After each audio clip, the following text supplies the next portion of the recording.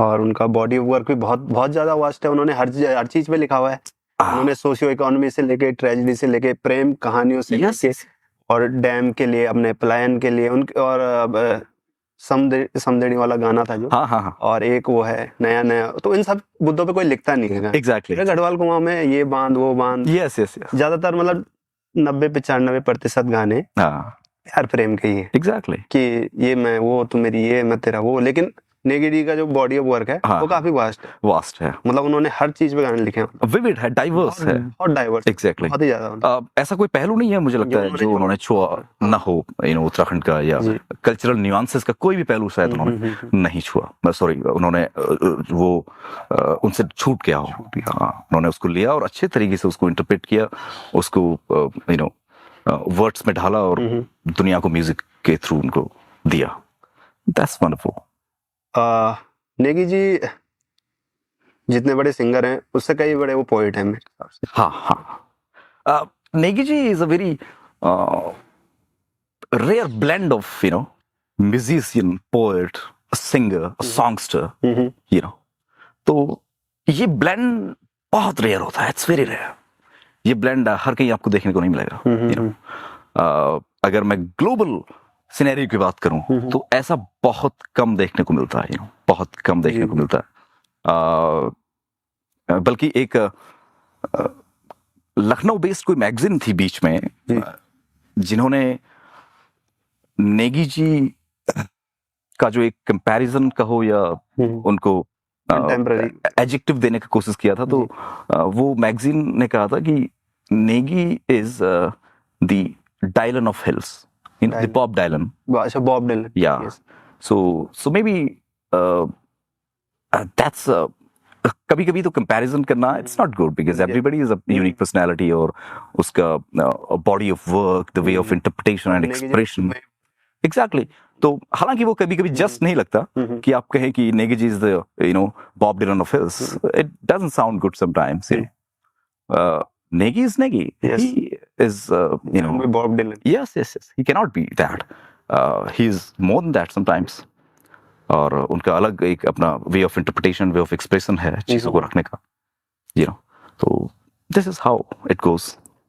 तो नेगी जी की फिर से बात आएगी तो उनको क्या चीज यूनिक बनाती है, मतलब ना और चीजों से, जो उनका इतना लंबा करियर है अभी तक चल ही रहा है, मतलब अभी भी वो गाने करते हैं। अभी तो खैर उनकी जब से आईसीयू से बाहर आए उसके बाद थोड़ा तबियत वैसे हो रही, लेकिन उससे पहले करते ही थे। और पॉलिटिकली भी उन्होंने कटाक्ष भी किए हैं, हाथन हुस्से की पिलाई, हाथ ना हुस्से की पिलाई, फूलन पिलाए रम, एग्जैक्टली। और जो एनडी तिवारी जी पे था, यस यस यस, गोरखियों की गोरखियां, सब चीजें एग्जैक्टली। मतलब क्या चीज है मतलब कि नेगी जी में अलग है जो इनको मतलब अल्ट्रा लीजेंड बनाती है, अल्ट्रा लीजेंड? एग्जैक्टली। सबसे बड़ा तो मैं कहूंगा कि जो एलिमेंट है वो यही है कि ऐसा ब्लेंड बहुत रेयर होता है, जो मिक्सचर, जो ब्लेंड म्यूजिक, पोइट्री, फिलॉसफी और सिंगिंग का है, ये इट्स रेयर।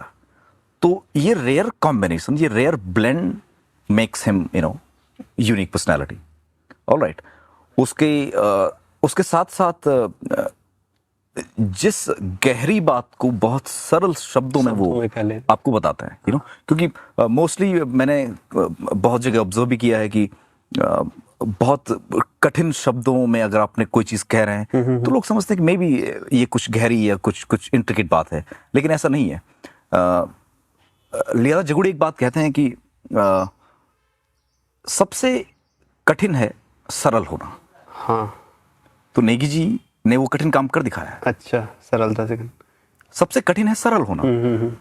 तो his literature is easy to understand, बहुत सहज शब्दों में, सुनते ही आपके जहन में उतर जाता है। क्या बात बोल दी, क्या बात बोल दी। जैसे कि मतलब एक तो होता बहुत टेक्निकल, अलंकार उपमा डाल दे, वो अलग बात है।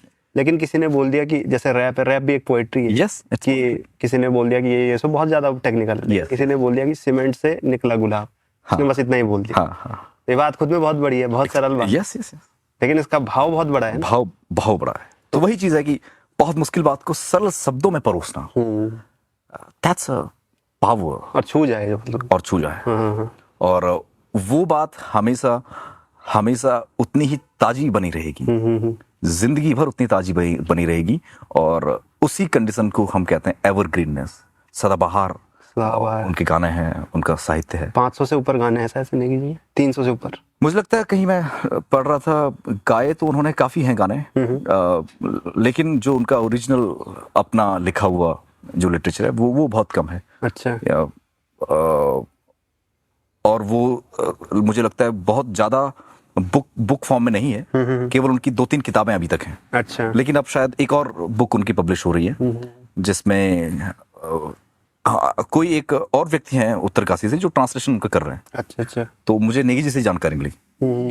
तो आपने जो ट्रांसलेशन किया, तो आपकी गढ़वाली में भी आपका हाथ काफी अच्छा होगा, बचपन से गांव में गढ़वाली हैं तो और अंग्रेजी में भी हाथ है, तो इन सब ने कहीं ना कहीं आपकी मदद ही की होगी ना। हाँ। और आप ऊपर से आप पोइट, खुद में एक पोइट है, तो इन सब ने भी खुद।